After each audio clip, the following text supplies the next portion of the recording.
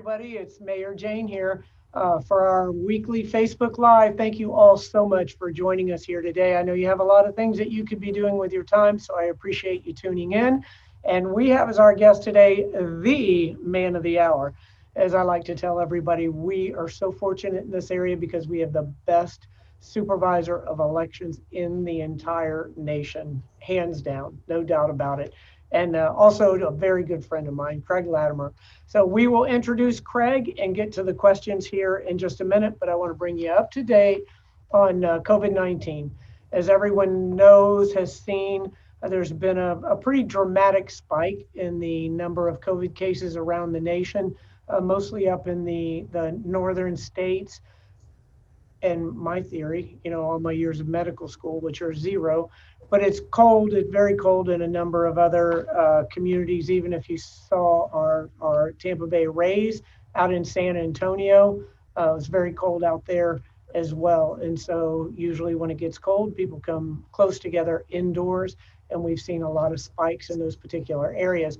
For us, those of us who are lucky enough to live in paradise, we're just now going outside. So the temperature is starting to get just 1 or 2 degrees, a little bit cooler for us. So we haven't seen the dramatic increase in cases. So we're very fortunate, but we have to work to ensure that we don't see that increase in cases. No matter what you see or you hear from anyone, masks work. It's scientifically proven, and that is the best way to avoid being contaminated with the COVID-19, from contracting it or from giving it to someone else. So it's critically important that you will wear a mask whenever you can, distance separate, take those simple steps of washing your hands, sanitizing areas, everything that you can to avoid contracting COVID-19. So I thank you for all of your efforts to up to date, but please continue. So case update in Hillsborough County, we've had 47,596 total cases, including 782 deaths. As always, each number in that 782 represents someone's life, and they've left behind friends, neighbors, and loved ones. So we do what we do every day to try to keep that number down to a minimum. I was on a U.S. Conference of Mayors Zoom call the other day, and I was texting back and forth with a friend of mine who is the mayor in Winnipeg, and he said that they had had their highest one-day increase in COVID-19 cases, and they had 126, I believe. And I told him that we had at the time, it was just over 750 deaths in an area that comprised about 1.4 million people. And he said in their province that had just over 1 million people, they had 74 deaths. And so, we have to do what we can in this country to control this pandemic and ensure that we've reduced the number of lives lost to COVID-19. In Florida, we've had 790,426 total cases, and there have been 16,775 deaths just in the state of Florida. We were, those who are paying attention, we were slowly going down in our positivity rate, and we were getting just hovering right over 5%, and now we are hovering just under 6%. So we are on that upward trajectory.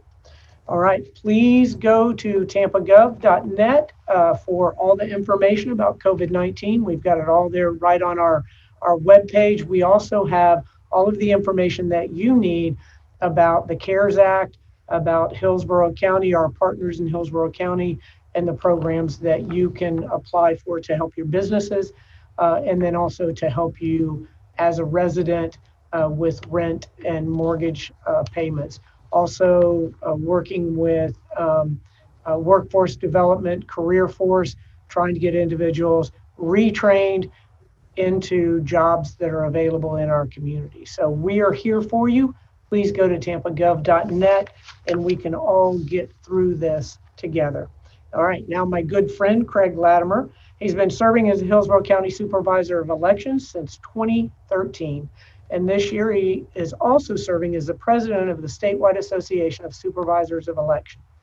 Craig is the first supervisor of elections to earn the Governor Sterling Award. I told you he was the best, the highest award for performance excellence in the state of Florida.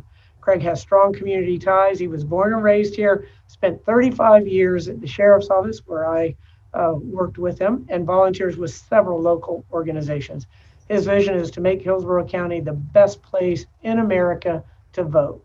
So we thank you for doing that, and thank you for taking your time today to work with us, because I know that in this particular time, you're just sitting in your office with your feet up on the desk, and you thought, what could I do but be on Jane's Facebook Live? So I know you are incredibly busy. Thanks for taking the time. So there's clearly a big focus on Election Day. A lot of people saying the most significant election in our lifetime. I can say that as a 60-year-old, I've never seen an election as important as this one. But I've heard you say that the focus is on Election Day, but you say that's the last day to vote. So tell me what's happening right now. I know that you have put so much in place, so many opportunities. I heard yesterday on the radio that we have over 20, I think it was 25, 26 voting sites, and they're early voting sites, and there are only 5 in Pinellas County. So talk to us about that, about opportunities to vote right now. Well, thank you. Thank you for having me, Mayor. Appreciate it. 26 early vote sites in Hillsborough County. They're open from 7 to 7 right on through November 1st, which is Sunday. So if you want to get out and early vote, go to my website, votehillsborough.org. You can see where those 26 sites are. And we've also got a stoplight system on there, so you can see if there's any wait time. People are creatures of habit. You know, they go back to the same early vote site every time. Well, I've added 10 additional sites since 2016. So you might be surprised to find out where you were going to go is red and 10 minutes in the other direction is green. So people should do that. I got to tell you, we're seeing some big numbers. Tomorrow we will pass 300,000 people who will early vote. Now that's not vote by mail. That's just in-person early voting. To put that in perspective, in 2016, we had 242,000 for the entire early voting period. Wow. Vote by mail is going on too. If you've got a vote by mail ballot, it's too late to mail it back. You need to drop it at one of these early vote sites during early voting or at any of my 4 offices. And I've got a 24-hour drop box in my office on Falkenberg Road. And then, as the mayor said, Election Day is the absolute last day to vote. And I always tell people, when you get up Election Day, I hope you're not sick. You don't have somebody that you have to take care of that's sick. You go out and your car starts okay. You don't have a flat tire, and you don't get knocked out of voting. But have a plan. Have a plan in place now of what you're going to do. If you're going to go Election Day, I strongly urge you to look at that 10 in the morning, 2 in the afternoon time. Don't go first thing in the morning. There's going to be lines. Same with last in the afternoon. So hit that midday one. All right. Well, you say creature of habit. I confess right here, I'm a creature of habit. I love going to vote on Election Day, talking with the people who work in my particular voting location in the church that's in my neighborhood. But as you know, I was out there the first day that we could vote early and went to Armature Works. And not only was there no line, but we got to see the Stanley Cup as well, right? I was going to say, we went to Amalie, not Armature Works. Oh, I'm sorry, Amalie. That's right. Wasn't Armature Works. Oh, that'd be great. I send people off to the wrong location. Yes, the Amalie Arena. So now with the Amalie Arena, bringing that up, let's talk about voting during the pandemic. Now, a lot of your volunteers and paid employees that are at the polling sites quite often are elderly. And so let's talk about what businesses have stepped up to provide early voting sites and also to provide those poll workers that you may have been shorthanded on.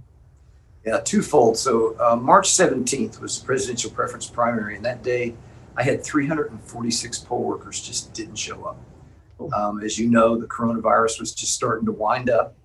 And I don't blame them. They fit those categories that you didn't want to be exposed. So what we did was we came up with just a great plan.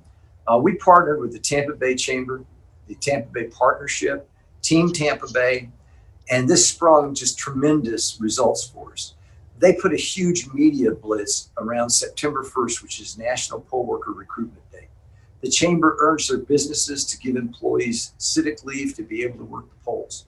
The Rays did it, the Bucks did it, the USF community did it. We started just all the support we started getting to the point that we literally had to hang out a no more help wanted sign. We had more than we needed, but the great result of it too was before we started that, the average age of a poll worker was 66. Today, the average age is 53.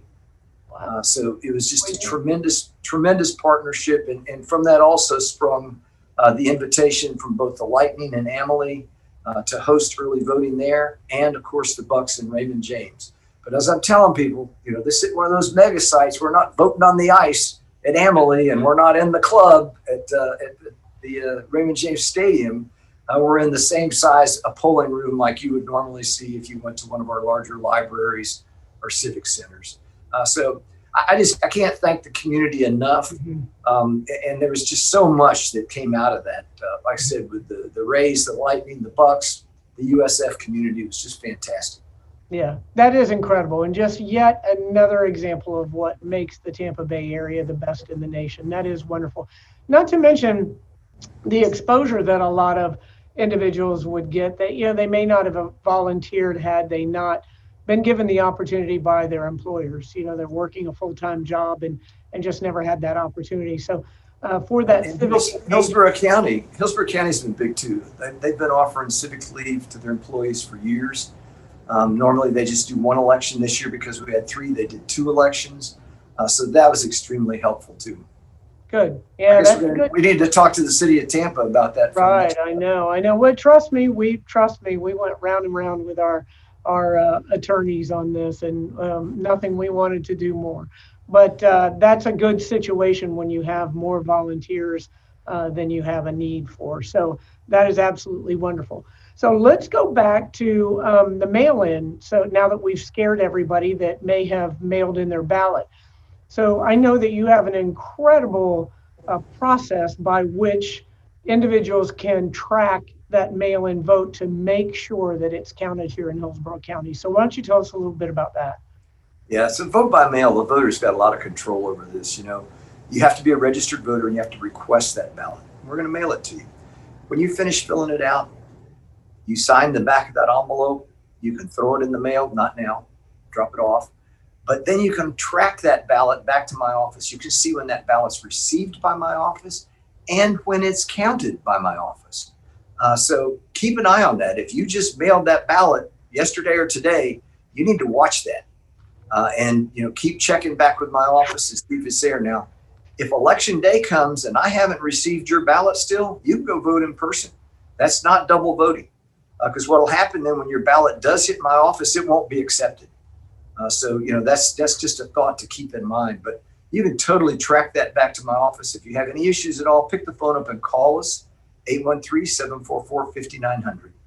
Excellent. All right, let's talk about safety in a number of ways, both from our health, from the virus and then the flu that is starting to go around, but also from a point of physical safety at voting sites. We've seen in a number of other locations across the country, individuals showing up at polling sites with guns. And so let's talk about safety and the steps that you've taken to ensure voters are safe at the polling sites. So, and again, we've got some great laws around this. So there is a position called a poll watcher that we have in state law. And that poll watcher has to be designated by a candidate or a party.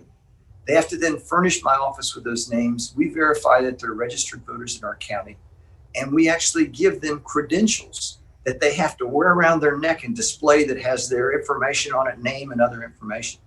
When they show up to the polling site, they actually have to show identification that matches credentials. They're not allowed to roam around the polling site. They're not allowed to talk to voters. The only person they can talk to is the clerk, who's the person in charge of the poll workers. There's also only specific people by law allowed in a polling site.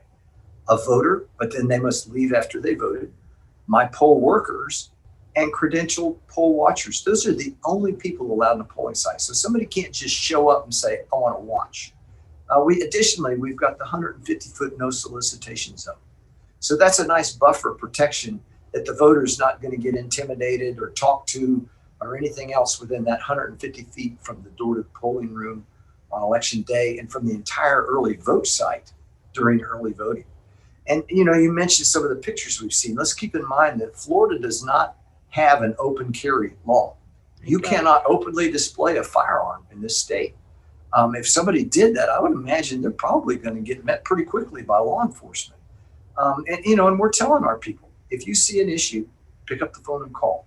And as you can probably imagine, I've still got some pretty good connections in law enforcement, but we work with them. And every jurisdiction in our county knows where every early vote site is in their jurisdiction and where every election day site is in their jurisdiction. And so it's a great working relationship too. Mm-hmm. And we have incredible law enforcement, both with the City Police Department, Tampa Police Department, Plant City, Temple Terrace, and then with the Hillsborough County Sheriff's Office. And so our attorney at the City of Tampa, working specifically for the police department, before every election, puts out a list of the statutes that you were just talking about, Craig, what the rules are, and then also a list of FAQs. What if this happened? What if this happened? And so we prepare, law enforcement is very well prepared. And I know specifically our chief has talked to you at least once, if not more than that. About 2 hours ago, actually. Right. So that's another benefit of those incredible working relationships. But we cannot deny the part that law enforcement historically, I'm not saying locally, has played in voter suppression through the decades ago. So we want to ensure that, law enforcement is prepared to respond to any requests at a polling site, but not to be visibly, seen at the polling sites, and there wouldn't be any impression of any kind of impediment. And so again, we have incredible law enforcement. We have an incredible supervisor of elections and election office. And then there's no hesitancy to ensure that everybody has a safe path to vote. As Craig alluded to, we do not have open carry in our state, thank goodness. And so that takes away that level of intimidation that unfortunately I am quite certain we'll see across the nation. And then also, having voted early in the primary and now in the election, I have seen all of the steps that have been taken to keep voters safe physically, for disinfectant, I've got 2 of the pens, thank you very much, little voter pens now that everyone walks out with. So talk about how important it is and how seriously you're taking the safety to prevent the spread of coronavirus at polling sites. Yeah, thank you. And I made the statement a couple of weeks ago that my warehouse upstairs reminded me of walking into a Sam's Club. Between all the wipes, the disinfectants, the hand sanitizers, the sprays, we've even got the fogger guns that put the mist out and kills everything for 24 hours. But we want to offer a safe and healthy environment to our voters and our poll workers. So all of our poll workers will be wearing masks. We're following CDC guidelines for polling sites. If you go to an early vote site, you'll see a plexiglass barrier between the poll worker and the voter. As the mayor said, the first thing you'll do is pick up a combination stylus pen. You use the stylus to sign in on the electronic poll book, the pen to fill out your ballot, and then take that souvenir with you along with your I voted sticker. We've reduced the number of touch points for our poll workers so they're not touching the same thing after each other. We used to have a secrecy sleeve that was a reusable one that was like a manila folder that you put your ballot in. Well, now we're using a single-use cover sheet that you cover up your ballot with. On election day, you're going to see masked poll workers. They have the option to wear the plastic face shield also. And we have a routine where these sites in the privacy booths are being wiped down continuously. Not, do it every hour and initial the thing. They're being wiped down continuously. And I would tell you that anecdotally, we've had a lot of compliments from voters that have voted in person at early voting, that they did feel safe and secure, and that it was a good environment. Because that's, it's like, just like my office and Mary, your office too, we don't want this stuff in our office at all. This is devastating if it was to take out, half of your senior staff, or you had to start quarantining people. When you walk in my office, if you're an employee, the first thing you do is you have to have your temperature taken. If you're a vendor coming in my office, you have to be wearing a mask and have your temperature taken. We're wearing masks anytime we're in common areas also. So, we're taking this seriously, and we want to be able to provide a healthy environment for people. No doubt. And I can vouch for that. I felt very, very safe both of the times that I voted. So if people have qualify that you voted in different elections. That is true. Both times you voted in different elections. Had I voted twice in the same election, you have processes that would negate the extra vote. So even as Craig said before, if you have voted by mail and you've sent that ballot through the mail and you've tracked it, and you haven't seen where it's arrived at the election office, you go down and vote on election day, and then when it arrives, they have it all covered. So we certainly appreciate that. So let's go through what a voter needs to know. You talked earlier about making a plan and voting early, but what do voters need to know if they haven't voted yet, besides the fact that it's imperative that they vote? Beyond that, what do they need to know? Yeah, so, early vote will last now for 4 more days: Thursday, Friday, Saturday, Sunday. 12 hours, 7 a.m. to 7 p.m. There's an opportunity there. And then, of course, election day. The first thing you should do is find your sample ballot that I mailed you. And if you threw it away with all the campaign mail, then go on my website, votehillsborough.org, and you can download your specific sample ballot. I would urge you to read that. There's 5 amendments on there. And if you walk in without having read that, you're going to be about a half hour in the privacy booth, and you're going to walk away and say, I wonder what it really meant if I voted yes on that amendment. So take your time, be prepared. So when you come in there, it's a smooth process. You can bring that sample ballot with you, all marked up, and then transfer your votes over to your real ballot. If you vote on election day, you must vote in the polling site in the precinct you live in. And there's a reason for that. At early voting, you can go to any of the 26 early vote sites, and we produce your specific ballot on demand. We print it for you right there. On election day, your ballot is already printed and it's waiting for you at that polling site. That's why you must vote at the polling site in your precinct. So again, take a few minutes. That information is on the sample ballot. It's on your voter information card, but more importantly, it's online. Go to votehillsborough.org and you can look up what precinct you're supposed to vote in. And then remember, 7 to 7, not 7:05, but if you're in line at 7 o'clock, you will be allowed to vote. There you go. Excellent. So I've already let everybody that didn't know it know that you are the best supervisor of elections in our nation. But one of the reasons is there's a lot of talk, if you're watching the news, that this election more than likely definitely won't be decided on election night, more than likely. And it may take some time for it to be decided. So let's talk about what you do with these early votes and how you count votes and how you're able to tally much quicker than other jurisdictions around the nation.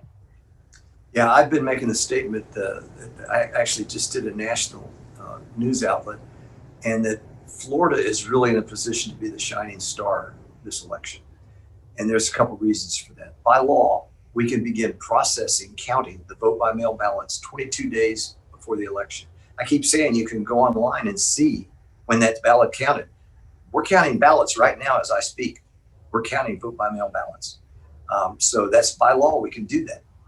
Also by law, on the Monday before the election, I have to upload the early vote results from the 2 weeks of early voting. And then shortly after 7 o'clock, the canvassing board is going to come in and say, okay, get those results out of queue, push them up and push them out. And right after the polls close, you're going to see across this entire state, counties are going to be pushing out millions of totals. It will be all of the early vote that we have done up to that point, all of the vote by mail, all of the vote by mail we've done to that point, and all the early vote. Then the precincts start rolling in. So we're in a great position. The only thing I won't have done is the vote by mail ballots that came in on election day, probably afternoon. Those we probably won't have gotten to yet. But let me put that in perspective. In 2018, we had 10,000 ballots that came in on election day. That's a lot of ballots. Not really. That was out of 550,000 votes. So yeah, it's still, 10,000 is a lot, but we worked through it. We were done at 3:30 in the morning, and that was it. But in Florida, again, I keep stressing we'll have unofficial results because that's what they are. There's a timeline built into that. Let me remind you, in 2018, where we had how many? 4 recounts in Hillsborough County. All right, and the reason for that is that a couple days after the election, we have to wait to give people a chance to cure signature deficiencies and provisional ballots. After that's done, we have to report what's called the first unofficial results. The canvassing board and the state looks at that then to see if there's any races that are within 0.5% or less. And if they are, that's what triggers a recount. So you then would immediately start that recount. So then you go several more days and you're going to have another second unofficial results. Meantime, during that 10 days after the election in a federal race, by law, federal law, we have to accept overseas vote by mail ballots that are postmarked by election day. We can receive up to 10 days after the election. Totally different from our stateside ballots. We don't recognize postmark. They have to be in the supervisor's office at 7 o'clock, by 7 o'clock on election day.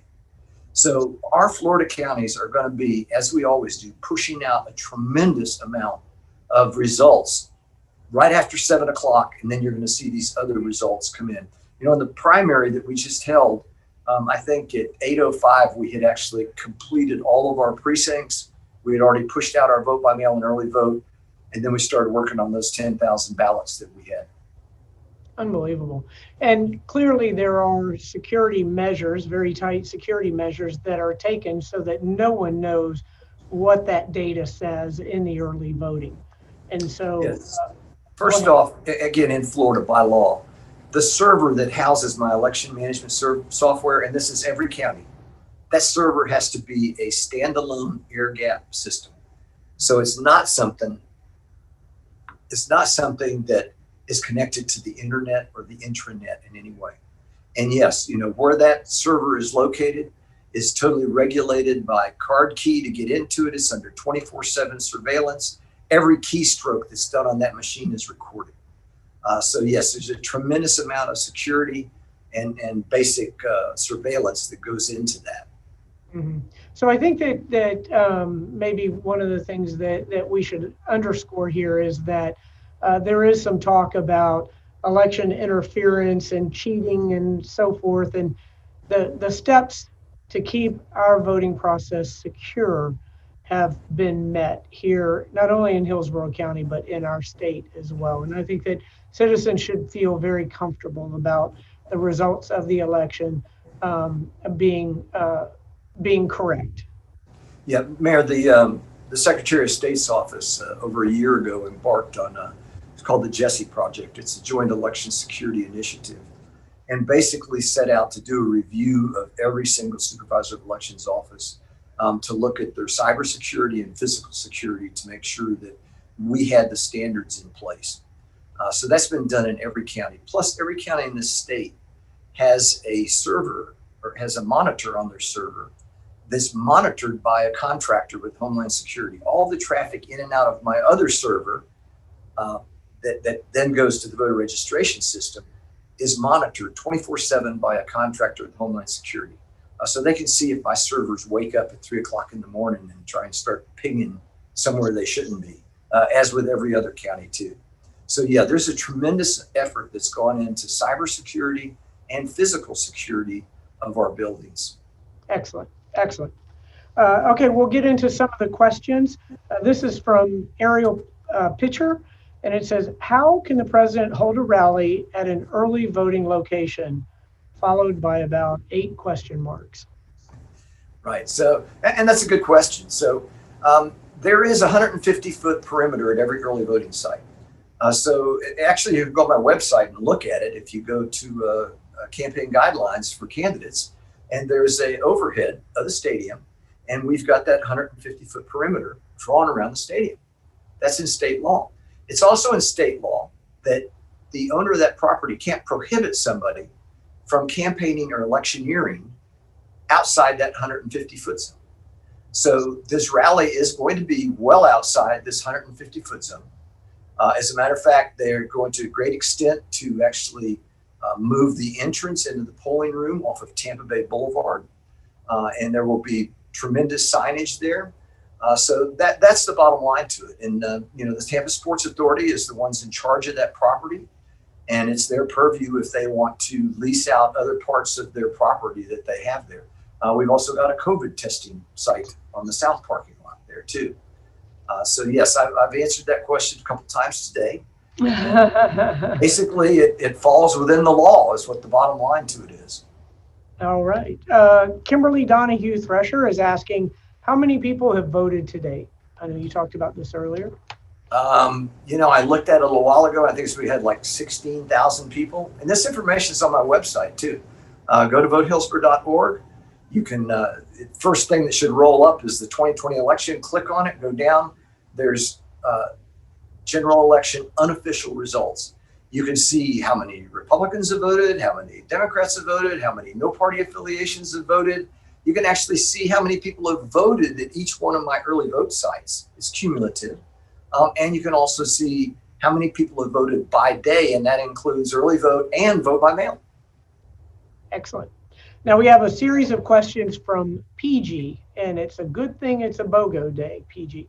Okay, wants to know what percentage of registered voters have voted, and how does that compare against the state average and the U.S. average? Yeah, good question. I've been looking at that quite a bit. Right now in Hillsborough County, we are over 50% of the total number of registered voters have voted.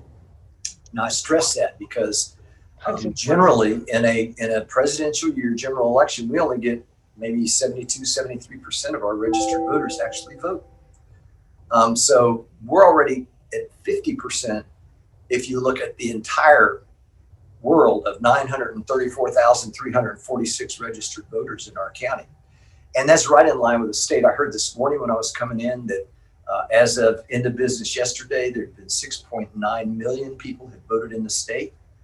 So that clearly went over 7 million today. And guess what? There's 14 million registered voters in the state. Nationwide, I can't answer for you right off the bat. Not all the states put the information out as clearly and openly as we do in Florida.